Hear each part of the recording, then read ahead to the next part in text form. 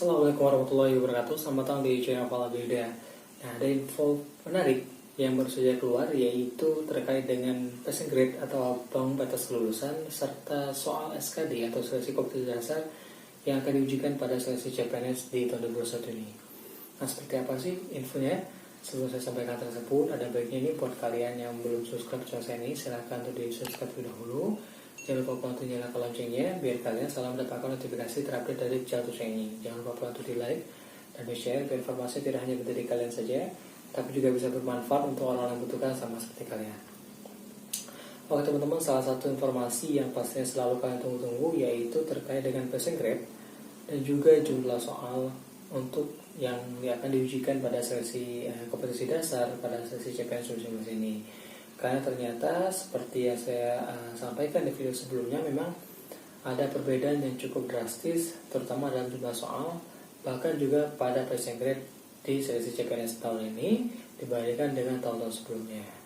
Hal ini disampaikan oleh Karo Humas BKN, yaitu Bapak Abid Ridwan. Dalam tweetnya beliau menyampaikan bahwa jumlah soal SKD dan passing grade sekolah kedinasan, artinya yang sebentar lagi SKD sekolah kedinasan akan dimulai.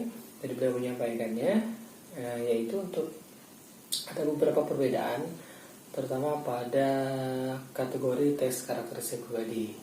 Oke, kalau misalnya kita mengacu pada beliau ini, bisa disampaikan untuk tes wawasan kebangsaan.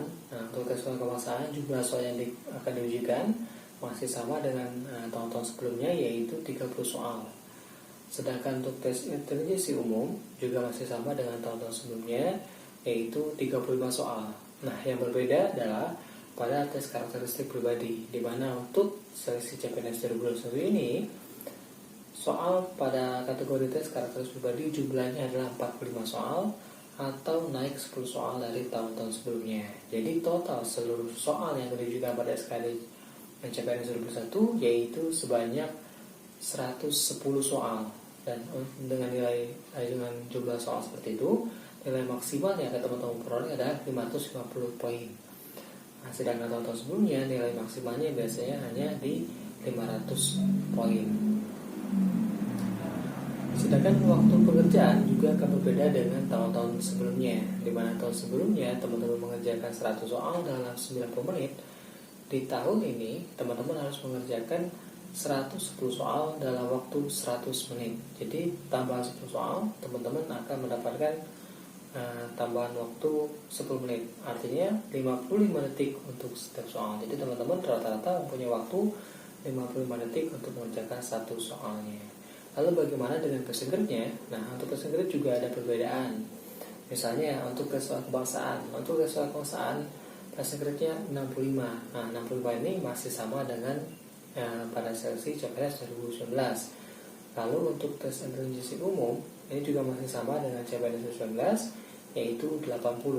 Nah, lagi-lagi yang berbeda di sini adalah bagian tes karakteristik pribadi, di mana untuk seleksi CPNS 2021 passing grade tes karakteristik pribadi adalah 156.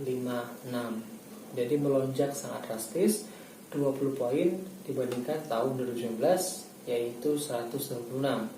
Sedangkan di 2017 saja untuk tes TKP atau tes karakteristik pribadi itu 143. Nah, jumlahnya memang sangat fantastis sekali, yaitu 156.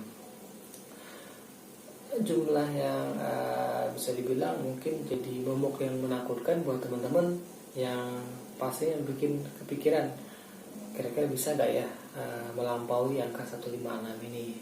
Jangan-jangan TWK-nya udah nyampe, TV-nya udah nyampe, malah terkenal di TKP. Karena memang TKP 143 saja di 2018 itu jadi momok menakutkan bagi para pesertanya. Apalagi dengan passing grade 156. Walaupun memang total nilai yang bisa teman-teman peroleh dari TKP ini bisa mencapai 225 jika memang jawaban teman-teman semuanya untuk TKP adalah nilai 5. Sebagaimana kita tahu bahwa untuk TKP sendiri tidak ada jawaban salah, semuanya punya nilai, mulai dari jawaban yang kurang tepat dengan nilai 1 hingga jawaban yang tepat dengan nilai 5. Nah, mungkin TKP ini biasanya dijadikan oleh para peserta sebelumnya untuk mendongkrak nilai-nilai pada untuk total nilainya, sehingga misalnya TBK-nya sudah lulus, dia juga sudah lulus, lalu dengan TKP ini dia mendongkrak agar total nilainya bisa tinggi dan bersaing dengan peserta lain. Sebenarnya teman-teman nggak usah terlalu mengkhawatirkan passing grade ya, karena sebaiknya memang teman-teman fokuskan pada bagaimana memperoleh nilai setinggi-tingginya, karena lulus passing grade saja tidak cukup.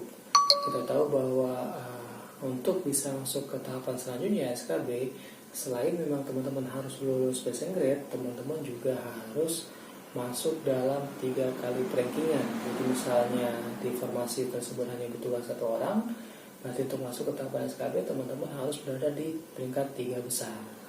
Jadi tidak hanya fokus untuk meraih passing grade-nya, tapi juga meraih nilai yang setinggi-tingginya.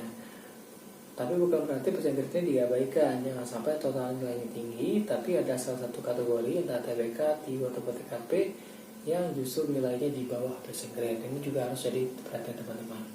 Dan juga catatan buat semuanya bahwa apa yang disampaikan Bapak Ridwan ini memang masih seputar passing grade sekolah kedinasan. Namun menurut saya bahwa passing grade pada sekolah kedinasan ini biasanya selalu sama dengan passing grade yang akan digunakan pada seleksi CPNS. Dan ini memang sudah terjadi di tahun-tahun sebelumnya. Jadi ada baiknya atau bisa dibilang bahwa informasi ini valid walaupun saat ini kita belum melihat aturan resmi dari BKM maupun Menpan mengenai jumlah soal dan juga passing grade-nya. Tapi setidaknya ini jadi patokan karena selama ini apa yang disampaikan oleh Bapak Ridwan ini selalu kejadian. Jadi memang karena beliau adalah orang dalam levelnya, beliau selalu lebih tahu lebih dulu dibandingkan yang lainnya, sehingga beliau sampaikan sebagai gambaran atau juga sebagai bahan persiapan teman-teman menghadapi seleksi CPNS. Nah, kurang lebih seperti itu informasinya. Semoga informasi ini bermanfaat untuk kalian semuanya. Dan sebelum saya akhiri video ini, ada baiknya ini buat kalian yang belum subscribe channel saya ini, silahkan untuk kalian subscribe terlebih dahulu. Jangan lupa untuk nyalakan loncengnya biar kalian selalu mendapatkan notifikasi terupdate dari channel saya ini. Jangan lupa untuk di like dan share informasi tidak hanya menjadi kalian saja, tapi juga bisa bermanfaat untuk orang yang membutuhkan sama seperti kalian. Saya Fala Bilinda. Assalamualaikum warahmatullahi wabarakatuh.